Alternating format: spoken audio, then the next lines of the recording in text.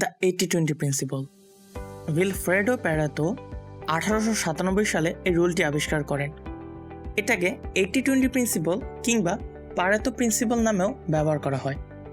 পারেতো প্রিন্সিপলের main theme হলো আমাদের প্রতিদিনের 80% ফল আসে 20% কাজের মাধ্যমে। এই 20% সব থেকে প্রয়োজনীয় কাজটুকু যা আমাদের বাকি 80% ফল পেতেই সাহায্য করে থাকে। এই প্রিন্সিপল আমরা পড়াশোনাতেও প্রয়োগ করতে পারি, যার মাধ্যমে আমাদের পরীক্ষায় ভালো ফলাফল করার প্রবণতাও বৃদ্ধি পাবে।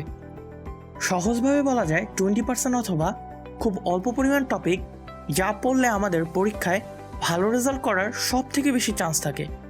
পরীক্ষার প্রশ্ন দেখলে আমরা বুঝতে পারি পরীক্ষার বেশিরভাগ প্রশ্ন আমাদের সিলেবাসের 20% টপিক থেকেই করা হয় এবং সেই 20% টপিক সম্পূর্ণ করতে পারলে এক্সামে 80% প্রশ্নই সলভ করা যায়। এখন প্রশ্ন হতে পারে কোন টপিকগুলো সব থেকে বেশি আসার চান্স থাকে।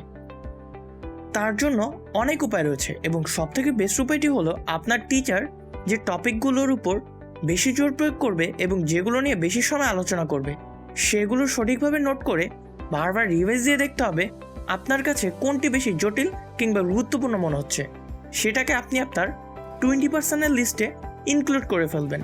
তাছাড়া আরেকটি সহজ পদ্ধতি হলো পূর্ববর্তী যে প্রশ্নগুলো সব থেকে বেশি করে আসছে সেগুলো নিয়ে চিন্তা করলে আপনি 20% টপিক পেয়ে যাবেন, যা আপনাকে 80% টপিকেই দক্ষ হতে সাহায্য করবে। মিস্টার উইলফ্রেডো আপনাকে বলছে না বাকি 80% টপিক বাদ দিয়ে দিতে, এটা হবে আপনার জন্য বোকামি। অবশ্যই সেই টপিকগুলো পড়ে রাখতে হবে এবং জেনে রাখতে হবে, কিন্তু আপনার সব থেকে বেশি সময় ব্যয় করতে হবে সেই গুরুত্বপূর্ণ 20% টপিকের উপরেই।